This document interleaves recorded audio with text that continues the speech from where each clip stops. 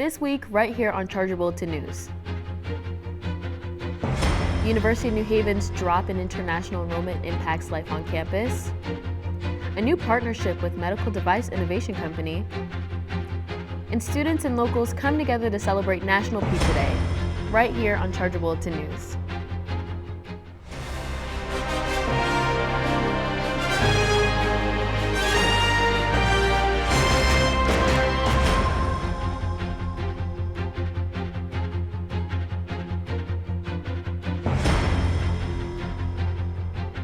Hello everyone, and welcome to our first episode of Charger Bulletin News this semester. I'm Sweden Patterson. And I'm Kristen Smith. Let's get right into this week's stories. The University of New Haven lost thousands of international students due to visa restrictions. The restrictions are creating a financial burden impacting students and faculty. CBN reporter Daniel Destraub has done some investigation on campus. The University of New Haven is seeing a major drop in international student enrollment, and it could impact campus life. Over the past 2 years, UNH has lost about 3,000 international graduate students. University President Jens Fredriksson says tighter federal visa restrictions are largely to blame. As a result, the university revenue has declined by more than 16%.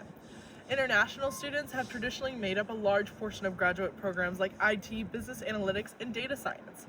Many also pay full tuition, meaning their absence affects both the university funding and the surrounding community. With enrollment shrinking from around 9,000 students to closer to 6,000, university leaders say they are reviewing expenses and considering next steps. The school has already stopped matching retirement contributions for employees and may implement additional cost-saving measures. Higher education advocates warn the continued visa restrictions could have long-term effects on campus diversity, research opportunities, and Connecticut's economy. University officials say they are continuing to monitor federal policies and are working to stabilize enrollment in the coming years. Now back to the studio. The University of New Haven established a new research partnership with Connecticut medical device innovator C3 Medical Device Consulting. The Connecticut-based product development firm will collaborate with the university's Center for Innovation and Applied Technologies. The partnership will support technology-driven projects while offering experiential learning opportunities for students. While students will gain exposure to the fast-paced sector of medical technology, the university's support for C3 will be a great use to them as well, making this partnership mutually beneficial. Paul Lavoie, the university's Vice President of Innovation and Applied Technologies, had to say this, quote, "Partnerships such as this demonstrate how the University of New Haven can support innovation in highly technical industries," end quote. According to the Office of Marketing and Communications, this collaboration reflects the university's commitment to build industry connections and help students looking to enter the high-demand sectors. Next up, Paris Taylor with Student Life, where she'll be telling us about the Myatt Center's 2026 religious calendar. CBN will be right back after this quick break.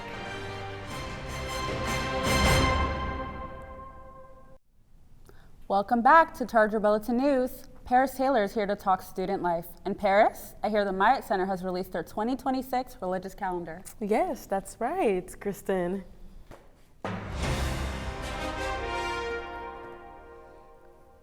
Welcome back to Student Life. I'm Paris Taylor. Let's get right into it.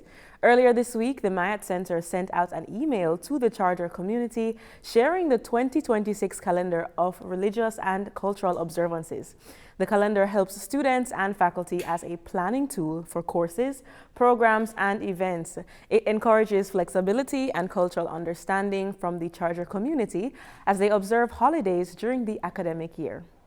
Looking ahead at some of the upcoming observances, Ramadan, Islam's holiest month for Muslims, starts on February 17th. The Christian observance Ash Wednesday, the start of Lent, begins the day after.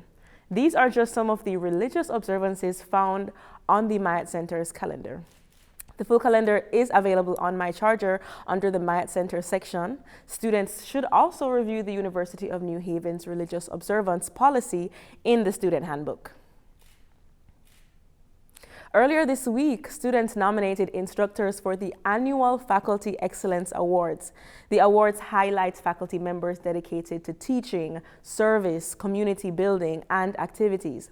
The awards also reflect how professors inspire students and colleagues with their contributions at the university. After nominations, the process continues with formal applications, then finally reviews by a panel of faculty and provosts. The awards are broken down into 10 categories: excellence in teaching, faculty, service, research and scholarly activity, fostering community and industry relationships, and curriculum development. Winners will receive a cash award from the $1 Million Grants League and a certificate and a wall plaque. The Faculty Excellence Awards will be announced at a ceremony later in the semester. Newhaven is set to ring in the Year of the Horse as Lunar Fest 2026 returns Saturday, February 21st. Connecticut's largest Lunar New Year celebration, hosted by the Yale China Association, will feature a lion dance parade along Whitney Avenue and performances from NYC's renowned Wan Chi Ming Hung Gar Institute.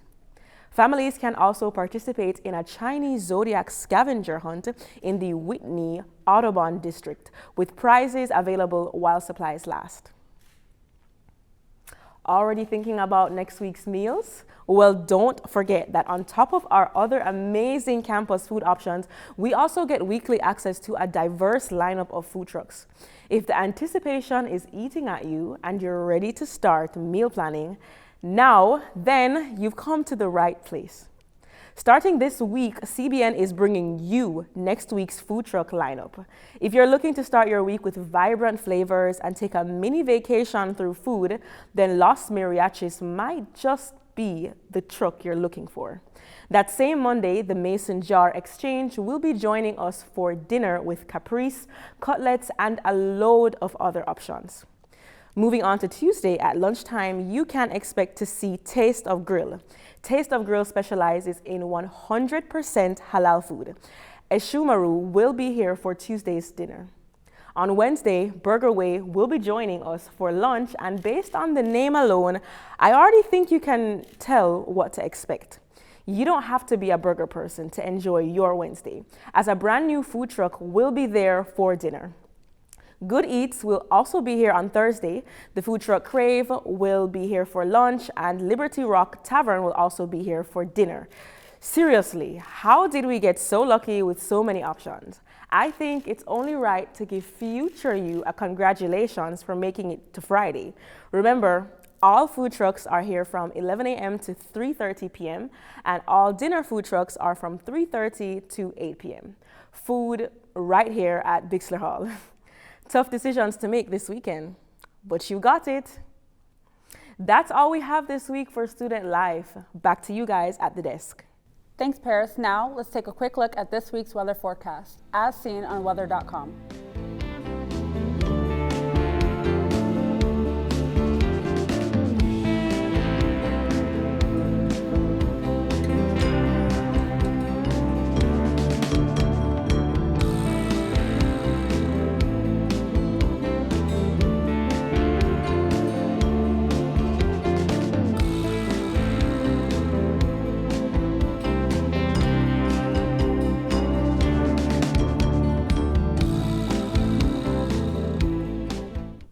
Looks like an all right week. What do you think, Michael? I just hope everyone stays bundled up if they have plans on Friday, because it's going to be a chilly one. But let's take it over to entertainment.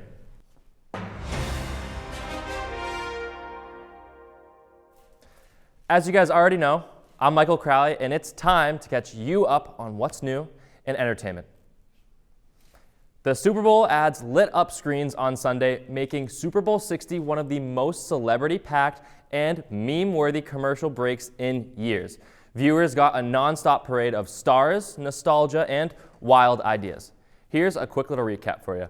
Budweiser went full patriotic with American icons. Dunkin' dropped a hilarious Goodwill Dunkin' spoof loaded with 90s sitcom legends. And Pepsi played One Over, a Coca-Cola mascot in The Choice. Hellman's had Andy Samberg shining in a Meal Diamond spot, and Matthew McConaughey and Bradley Cooper brought chaos to foodball. Critics and fans were split. Some ads felt forced or forgettable, but the star power, laughs, and nostalgia kept social media buzzing with clips and memes. One thing's for sure, the Super Bowl ads were a halftime show of their own. And speaking of halftime show, Bad Bunny's electric halftime performance capped off a night that delivered on entry level. The Bad Bunny halftime show just wrapped at Super Bowl 60, and it was everything fans expected and more. A high-energy, Puerto Rican, pride-filled explosion that lit up Levi's Stadium and broke the internet in real time. Bad Bunny took the stage in a sleek white outfit, backed by a massive live band, dancers in vibrant costumes, and a set that transformed a giant Debbie Tirar Más Fotos album cover. And here's the crazy thing. That couple we saw in the wedding, yeah, they actually got married. Check it out. Nunca dejes de creer en mí. Tú también deberías de creer en ti. Vales más de lo que pienso. Créeme. Dime, a tú es lo que tú querías. Por el poder que se me otorga, los declaro marido y mujer. Puedes besar a la novia. Critics and viewers were mostly in agreement, calling it one of the most culturally proud and visually stunning halftime shows in years. The performance was electric, the production was next level, and Bad Bunny proved why he's headlining the biggest stage in sports. Love him or not, you just couldn't look away. I couldn't. Bad Bunny didn't just perform, he represented, and the whole world felt it. McDonald's McNugget Caviar just dropped for Valentine's 2026, and it was pure chaos. They turned the wildest internet meme into a reality. It was free limited edition kits with a 1-ounce premium Bari Caviar, cream franche, mother of pearl spoon, and a $25 arch card for endless McNuggets. It dropped online February 10th at McNuggetCaviar.com. And guys, I really did try getting my hands on it, but it literally sold out in minutes. The site crashed, and if I'm being honest, you're not catching me buy it from resellers. McDonald's didn't just feed the people, they fed the culture, an absurd dream that became reality, and the internet is still screaming. Will McNugget Caviar be a hit or a miss? I just guess we're gonna have to wait for those food reviews to come out to actually find out. The documentary Melania, centered on First Lady Melania Trump, is struggling at the box office after a highly publicized release after being released for a few weeks. The box office results are looking lackluster, and the overall production and promotion cost about $75 million. However, the film scored only $7 million in its opening weekend. Many theaters have reported low ticket sales, with some screenings selling little to no seats at all. Late night host Stephen Colbert mocked the film, joking that it was a real peek behind the curtain at a woman picking out curtains. Check it out. It was released on Friday, and despite low initial sales and worse than terrible reviews, Amazon claims the movie made $7 million in its opening weekend, which has been called the best start for a documentary, excluding concert films, in 14 years. That's a lot of qualifiers. It's like your dad saying, "You're my favorite child," excluding daughters, "since I've had Carl." While the movie is raking in some money, industry watchers claim the documentary is very unlikely to match expectations of the film, earning the title of a box office disappointment. All right, guys, that's all I got for you for this week in entertainment. Back to you guys on the desk. Our very own Seat and Gallery exhibit, located right there in Dodds Hall, has done it again, capturing art in the style of memorialization. Embrace is an exhibition that celebrates the life and hard work of the late Connecticut-based artist, Elizabeth Gurley. Gurley was born in 1961, just 50 minutes away in Chester, Connecticut. Following the earning of her BA from the Edinburgh College of Art, she earned her MFA in painting from the Yale University School of Art. Gurley was inspired by the ideas of color, time, and perception alike, intertwining them into her art to create rich, layered abstracts. Ever hear the phrase, "one with nature"? Well, Gurley's chromatic awareness was a very real consciousness that allowed her to pay deeper attention to the world's natural beauty and recreate environments around her from this perspective. Denise Bazar, director of Seton Gallery, had this to say, quote, "Drawing from a lifetime of sustained research and artistic inquiry, Gurley's work reveals influences ranging from modernist painters such as Paul Klee, Agnes Martin, and Giorgio Mardani to intellectual forms, musical rhythms, and global art traditions," end quote. Even after her passing in 2024, Gurley has shown all that art can remain close to home even if you have traveled to see it. We encourage you to take those steps anywhere from now until March 10th to see some of Gurley's beautiful work. Additionally, there will be an exhibition talk on Sunday, February 22nd from 1 to 3 p.m. For more information about Embrace Elizabeth Gurley, you can email Denise Slabici-Bassar with her email, seen on screen. And questions regarding gallery hours and scheduling visits can be emailed to Carmela DeBabo. You've heard it here, folks. You need not travel too far to be one with nature. Coming up next, Leah Komorowski with this week's sports report. Men's basketball make their national television debut. It's all after this. Welcome back, everyone. Let's hear from Leah about what is new in sports. Thanks, Sweden. Well, guys, Thursday was a historic night for the University of New Haven men's basketball program. They welcomed in-state foe, Central Connecticut State University. Why was it a historical night, you might ask? Well, for the first time ever, the University of New Haven hosted a game live on ESPN+. The Charger faithful showed up big with a sellout crowd of around 900 fans in attendance.